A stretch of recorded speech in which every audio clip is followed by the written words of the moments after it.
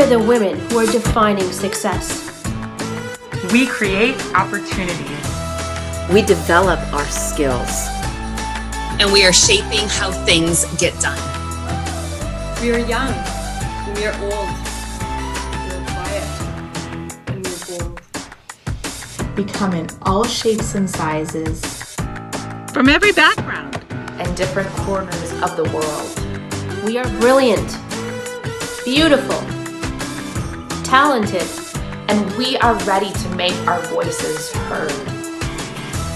If you've ever waited for your chance, wondered when you'd get asked to step up, or hoped for the opportunity to share your message, this is it.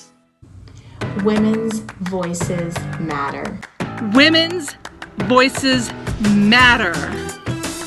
Women's Voices Matter is connecting girls and young ladies who are shaping their lives with seasoned women who have blazed the trails and want to help others find a faster path to success, joy, and fulfillment. You've got something to share. We all have something to learn.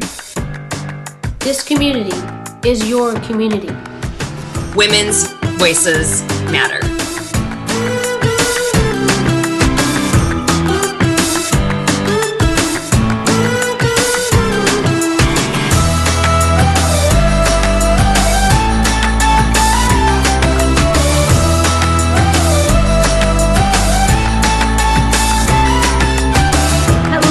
Welcome to the Women's Voices Matter webinar series. I'm your host, Dr. Cathy Wendland-Colby, and I'm so excited to bring to you this topic of how to be seen and heard in a way that feels right for you. Our guest today is a copywriter, a business coach, a marketing consultant, a speaker, and a teacher who helps women blend who they are with what they do so that they can build a thriving, profitable, and sought-after brand and become known for their expertise in a way that feels right to them. So ladies, it's my pleasure to introduce Rachel Kurzyp. Hi, thanks for having me. Looking forward to our chat.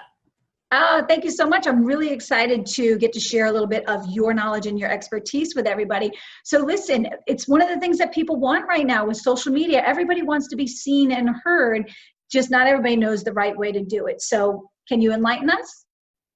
Sure. Well, I think the problem stems from everyone going to external platforms first and wanting to work on their external image. But what I always suggest to my clients is that we need to do a bit of groundwork behind the scenes first with who we are, what we want to do, how we show up in the world, what we want to achieve.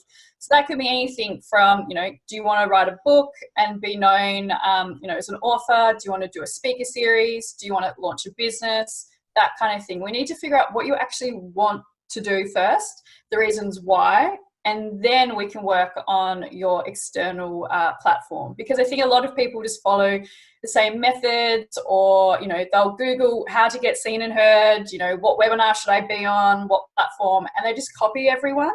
And because we do that, we all end up being same and kind of just drifting amongst all the other people and not getting noticed. And then we get a little bit stressed and start focusing on mostly external kind of indicators like, well, I've got 1 million likes and 50,000 followers, and using that as a justification for people being seen and heard and successful businesses. But as you guys have probably heard before, there's now even like micro and macro influencers, people with 100 followers who have amazing brands, who are respected, who get all the engagement, have run successful businesses. And it goes to show that you don't need this perfect external platform, that actually starts within. Because if you can get 100 people to follow you, you can get 1,000 and then 1 million. I'm glad to hear you say that, because so many people get caught up on how many likes do you have? How many followers do you have? How many people, have attached to your page? But even more important is how many people actually engage and connect with you, and are they buying, right? You can have 1 million followers, but if nobody's buying, you're just spending a lot of time trying to build everybody up. And there's something to be said for that. There's definitely something to be said for being philanthropic and putting it out there and helping other people. But there has to be an exchange, and you have to be in balance in the universe. So I love that you help women define what's right for them, not just what's going to get me seen and heard. Yeah, definitely. And I think, again, that's the problem. We're seeing all of this in, these likes, shares, etc. But then I've actually spoken to a lot of female business owners, even women that I followed, that I see as kind of influencers, people I look up to. And, they whisper to me at a networking event, they're like, I'm not making any money. I'm struggling. I'm exhausted. Can you help? And I'm absolutely gobsmacked. I was like, you're amazing. Like, I love you. I love all the things you do, etc. But like you said, that doesn't necessarily equal sales. And for me and for a lot of my female clients, that final little step about, getting people talking, making friendships, but then even taking it further to making that sale, putting your service out there, your products, showing how you solve people's problems, how you can help, is again where a lot of women then fall down, unfortunately. They don't want to come across sleazy. They want to do business in a different way, which I definitely approve of, and it doesn't have to be like that. But men traditionally in that sort of masculine model, it's really easy to do those sales, and so women then don't do that, and then again they're just putting out this free content, perhaps getting engagement, getting loved by people like me, but then they quit and their business falls down. And then we look around as women and say, oh, it's hard to do business. If they're falling down, I'm going to fall down. And then it all makes it kind of seem very, very hard and not achievable when it can be. That's important, because I think when women individually fail, it tends to be perceived as women in general fail. And definitely. I know I help a lot of women get into leadership positions, and oftentimes they say, you know what, I'm giving up because I'm just not getting anywhere, because they have to show up 10 times as often to get 1% of the opportunities. So I like that you're actually helping them to take it to a different level where they're actually being profitable. Yeah, definitely. I mean, as an example, my business, am I making millions of dollars? Do I have millions of followers? No, but I'm making enough money. It's a business that I want to run. I have flexibility. I have loyal customers, loyal clients, etc. And so to me, that's success. So again, it's going against the grain with that external validation that, again, I think a lot of women feel that they need. And I guess, like, coming back to your point, we do as women, look to each other. If one woman fails, I think we all fail, and we're all trying so hard to do all of the things all the time. We're actually increasing our chances of failing. We're actually increasing our chances of burnout, of not running businesses that we want to, not achieving the goals that we set out to achieve. And all of that in the end does result in often a lack of income. And as much as we'd love to be all purpose-driven businesses, which I'm sure a lot of us are, I know I am, and a lot of women, we still need to make money to live, right? To make better business choices, to take care of ourselves. So yeah, I think it can be really hard for women to create that balance, and often come in conflict between how they did it in the 9-to-5 world versus how they should do it now that they're running their own business. So what would your advice be for a woman who maybe she wanted to start a coaching program, or maybe she wanted to start influencing other people, but she was spending too much of the time doing all the other things and not necessarily becoming profitable? Sure. Well, it goes back to the first point I made. You need to get really clear on what kind of business you want to run and why. Do you want a team of 20 people, or just want to be, a solopreneur? As an example, everyone thought that I would run a marketing agency. That was the last thing that I wanted to do. So all of my business decisions were about creating what I'd like to call a profitable but a very lifestyle-based business, where I can do the projects that I want in a time frame that suits me. So I think figuring out what type of business you want to run is probably the first step. And then I think figuring out what impact you want to make, because some people, again, really do, like some of your clients, want to get up on stage and talk to 20,000 people as a regular kind of thing. I personally love a crowd of 20. And so I work to get speaking gigs where I can have more of those intimate conversations. So then figuring out, how you want to show up, what kind of impact you want to make. And there's no right and wrong answer. I mean, some women literally set out to create a business that is exactly the same as their 9-to-5 job, but they can do it from home with their kids. They don't want to be seen and heard very loudly just within their networks. They just want to have work sent to them. There's nothing wrong with that. So I think once you get really clear on that, then you can put strategies in place to help limit the amount of time perhaps you're wasting, and then where you should be focusing your efforts. So as an example, the women that I work with, are a bit over social media and online conversations, to be honest, and they want to talk to me one-on-one. So they're really interested in having one-on-one chats via Zoom. They want to talk on Skype. They want to talk on the telephone, and they want to move away from online platforms where they can maybe get sucked into just sort of scrolling, but also where they can actually show up in a way that feels authentic to them. I feel like a lot of women still have the pressure to look good, to sound right, to do everything perfectly online, and it's hard to do that and be open and honest about the struggles you're having with your business to create something from scratch, because you do need to stumble around a little bit. So I think that's what I'd suggest, to do those steps. Maybe take it offline, you know, think about what you want to do, speak to friends, family first, and then go out and speak to your market, test your idea that way. But for me and for my clients, yeah, take it offline, especially if that's what's kind of causing some of the issues in your business. And like I said, I have friends who you don't even see them on social media, and they are literally making like 6 and 7 figures a year without even trying. And I'm barely online compared to a lot of my other, you know, sort of like clients and colleagues in some ways, and I'm still doing okay. So this idea that you need to be online and show up is not true, because as you know, you can do speaking, books, webinars, all of that kind of stuff. I am so thrilled to hear you say that, because a lot of the women that I work with, we're in an industry that's typically male dominated. And so the women are used to seeing guys kind of get up and beat their chest, do the proverbial, you know, like mine is bigger, no, mine is bigger. And these guys get up and they talk about the numbers that they're doing and the volume that they're seeing and the collections that they have. And they're beating their chest talking about how big their offices and their practices are. And here's women who are successful and happy and thrilled with the life that they've created, yet they look at these guys who are doing something different. And it's not just guys, but predominantly is. They look at these guys who are doing something different and they say, oh, darn, maybe I'm not successful after all. Maybe I don't really have a story to share. Maybe I don't belong on that stage, because they're looking at them saying, well, that's not what I do. And they don't have to do that. They're successful and happy doing what they're doing. I like that you're helping women see that, you know what, follow your own path and you can be successful doing that. And success is different to everybody.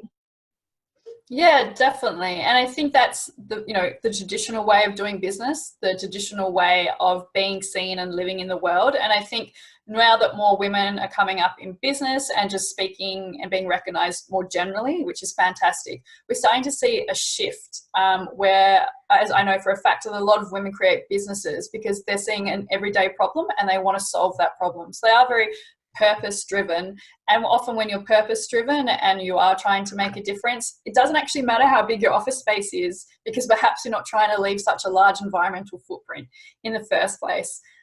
Those kind of issues I think we're starting to see more and more, and particularly with young people. I also work with a lot of young people, and what they perceive to be success is caring for the environment and for others just as much as making money and being seen and heard in their own right. So you know, sometimes it makes me a little sad that we still get bogged down in that idea, and I definitely go through those phases where I look to others and then get a little bit like sad sometimes, but that's when I turn it all back towards myself and the business that I want to run, and then I realize that I'm doing everything that I set out to do.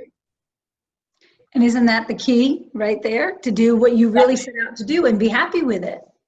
Exactly. Yeah, I love that you help women with that, and I love that you're helping people who have a dream of becoming an entrepreneur and running their own business figure out how to do it in a way that's right for them. Because all too often I speak with women who have worked with a coach or followed some type of mentor online who has said, this is the map, stick to it.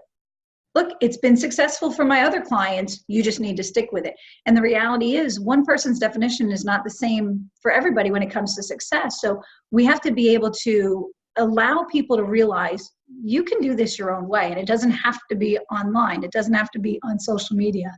So that's a pretty powerful message.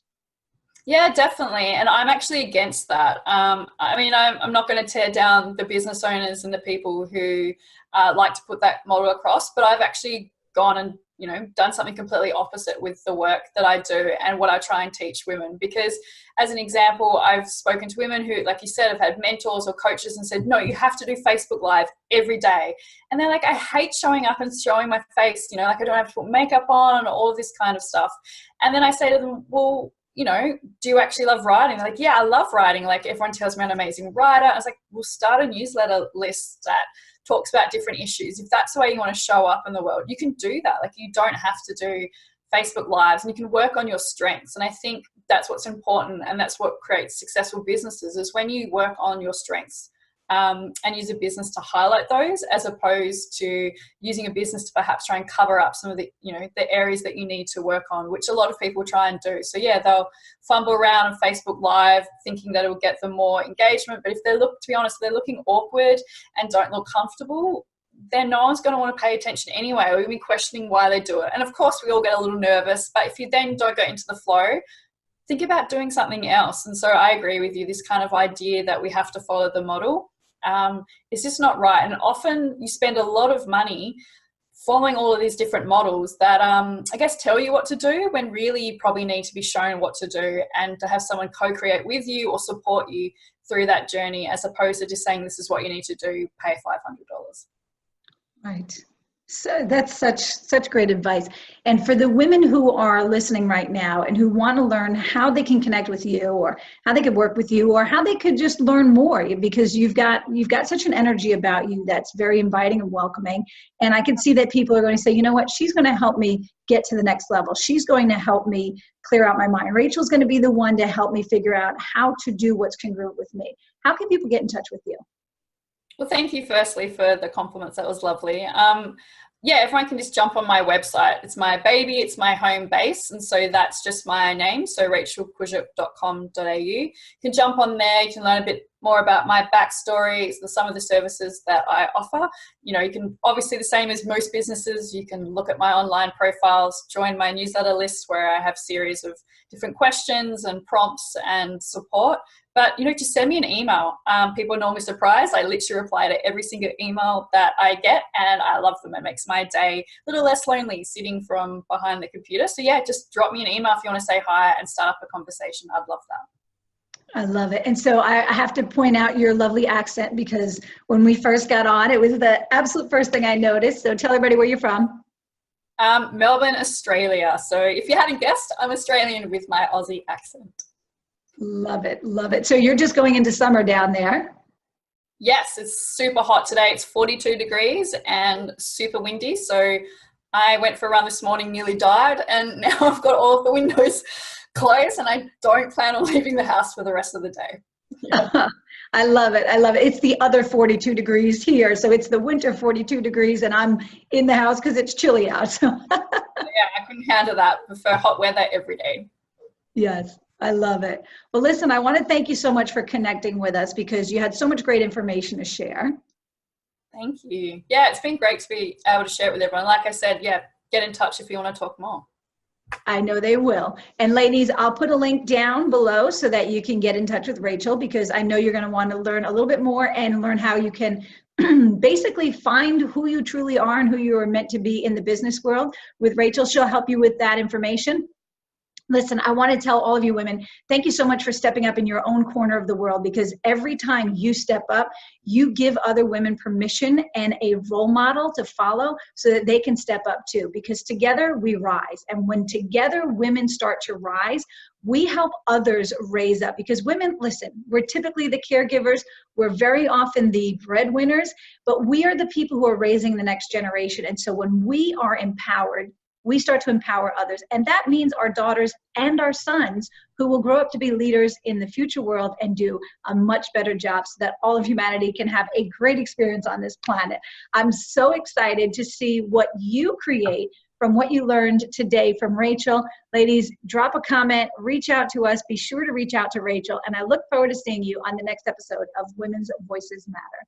Take care, everybody. So listen, thank you so much for joining us on Women's Voices Matter. Remember, we are here for driven businesswomen, professionals, and mompreneurs who have waited long enough for their opportunities. And we've created the Female Influencer Project to empower you to find your voice, step up, and lead. This is unlike the good old boys club, you know, the guys that repackage their tired old content and put a pretty pink bow on it and call it a women's program. No, ladies, Women's Voices Matter was created by women who are paving the pathway for women just like you who are pursuing a more fulfilling experience. So if you need help finding your genius zone, if you need help trying to find your voice, if you need assistance to learn how to step up and start leading and start having the life of your dreams, that's what we're here for. Reach out to us, lean on us, let us collaborate with you so that you can achieve your ultimate success, because when you do, we do. And when we rise together. So ladies, thank you so much for being here. I look forward to seeing you again at Women's Voices Matter.